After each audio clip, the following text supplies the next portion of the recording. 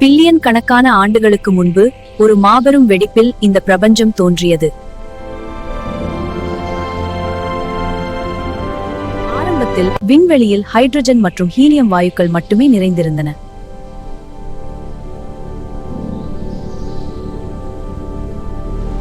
நட்சத்திரங்கள் உருவாகி அவற்றின் வெப்பத்தில் ஆக்சிஜன் போன்ற புதிய தனிமங்கள் பிறந்தன. நட்சத்திரங்கள் வெடித்தபோது வெளிவந்த ஹைட்ரஜன் மற்றும் ஆக்சிஜன் இணைந்து நீர் மூலக்கூறுகள் உருவாகின. விண்வெளி எங்கும் பனிக்கட்டிகளால் ஆன வால் நட்சத்திரங்களும் சிறுகோள்களும் உருவாயின. இளம் பூமி வெப்பமாக இருந்தபோது இந்த பனிப்பாறைகள் பூமியின் மீது இடைவிடாது மோதின.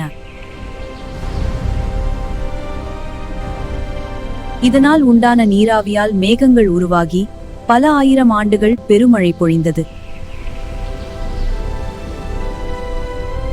அந்த மழையினால் பூமியின் பள்ளங்கள் நிரம்பி இன்று நாம் காணும் பிரம்மாண்டமான கடல்கள் உருவாயின.